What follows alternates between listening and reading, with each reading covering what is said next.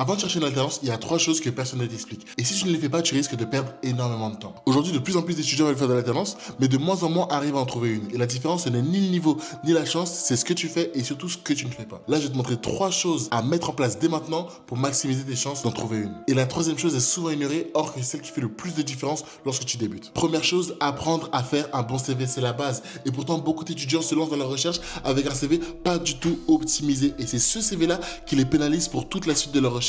Donc avant de te lancer, tu dois pouvoir apporter des réponses claires à ces questions, sinon tu perds ton temps. Est-ce que tu sais comment fonctionnent les ATS? Est-ce que tu sais s'il faut mettre une photo ou pas? Est-ce que tu sais si ton CV est vraiment adapté à ton secteur d'activité, marketing, tech, finance? Est-ce que tu dois utiliser Canva ou pas? La majorité des étudiants ne se posent même pas ces questions avant de postuler. Pour t'aider à poser des bases solides sur ton CV, je t'ai mis en bio le lien du modèle CV que j'ai utilisé pour trouver toutes mes alternances. C'est gratuit, alors n'hésite pas à le télécharger. Deuxième chose, te familiariser avec LinkedIn. LinkedIn va être un énorme pilier dans ta recherche d'alternance.